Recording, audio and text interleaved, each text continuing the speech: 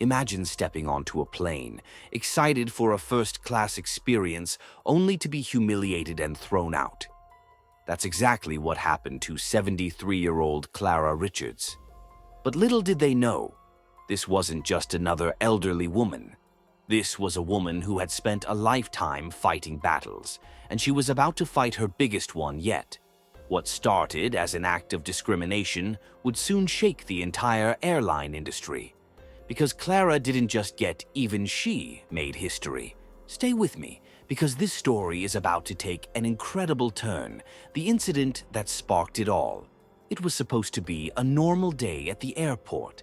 Clara, a woman of grace and wisdom, had booked her first-class ticket weeks in advance. She had the boarding pass in her hand, her ID ready, and a quiet confidence about her. After all, she had worked hard for this. Decades of dedication, struggle, and success had earned her this moment. But the moment she reached the gate, everything changed. A young airline attendant glanced at her boarding pass, then looked her up and down with an almost dismissive expression. He barely made eye contact as he said, "Ma'am, this is first-class boarding. You'll need to go to the back. This area is for priority passengers only." Clara's heart skipped a beat. She had encountered prejudice before, but something about this moment hit differently. "Excuse me," she said, keeping her composure. "I have a first-class ticket." The attendant barely looked up. "Sorry, ma'am. The back of the plane is where you belong. Please step aside." A hush fell over the boarding area. People were watching, but no one spoke up. Clara felt her blood boil, but she knew better than to explode. Instead, she stood tall. "Young man, I paid for my ticket just like everyone else here. Now, if you could kindly let me through." But before she could finish, the attendant's tone turned cruel. "Are you deaf, ma'am? First class is for people who actually deserve it." "Move aside, you're holding up the line." Gasps rippled through the crowd. Some whispered, others looked away. But no one stood up for her. Humiliation burned through Clara's chest. This wasn't just about a seat, it was about respect, and she refused to let this slide. But she didn't yell, she didn't argue. Instead, she took a deep breath and walked away. Because she had a plan. The very next morning, Clara walked through the glass doors of the airline's headquarters. Her steps were steady, her face unreadable. She wasn't here to complain. She wasn't here to demand an apology. She was here to change the game. Walking up to the receptionist's desk, she spoke with quiet authority. "I need to speak with the CEO." The receptionist blinked in surprise. "Do you have an appointment?" Clara nodded. "Yes, I have a very important business proposition. I'll wait." There was something about the way she said it. Calm, confident, unshakable. The receptionist hesitated but let her sit. As she waited, she observed the hustle of corporate life around her. People in suits, typing away, making calls, running meetings. Yet not one of them noticed the elderly woman sitting quietly in the lobby, the same way they had ignored her at the gate. But that was about to change. After nearly an hour, the receptionist returned. "Miss Richards, the CEO, will see you now." Clara stepped into the CEO's office. Behind a sleek wooden desk sat a tall, serious-looking man. He barely glanced up from his papers. "Miss Richards, what can I do for you?" he asked, sounding polite but dismissive. Clara smiled, just a little. "I'll make this simple," she said.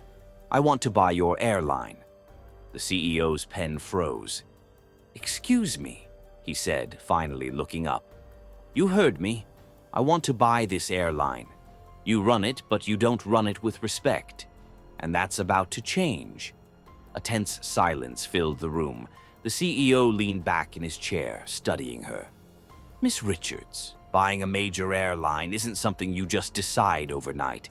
It's a multi-billion-dollar industry, full of complexities and legal—" Clara cut him off. "I don't care about your excuses. I don't care about bureaucracy. What I care about is fixing what's broken. And if you check the paperwork on your desk, you'll see I've already started the process." The CEO picked up the file. And there it was.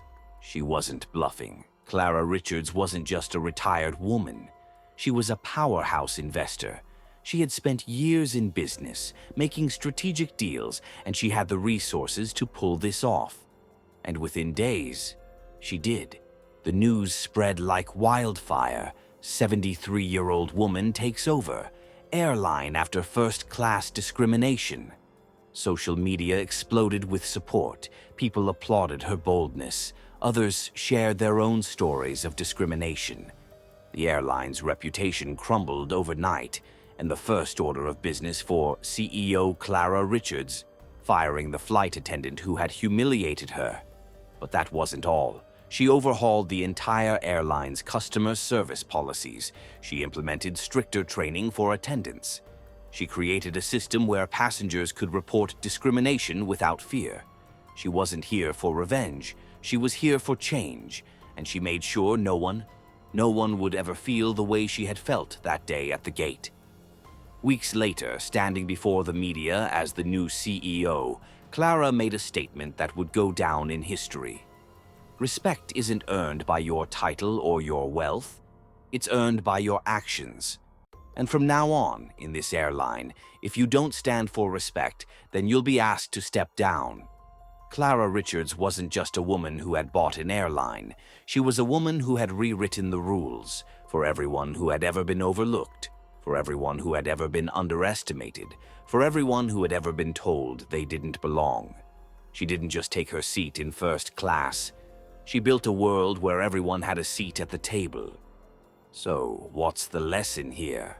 Never let anyone tell you where you belong. Stand your ground. Fight for your right to be treated with dignity. And when the world tries to push you aside, push back harder. Because your power isn't in what they try to take from you. It's in what you choose to build. If this story inspired you, hit that like button and subscribe for more powerful stories of resilience and victory.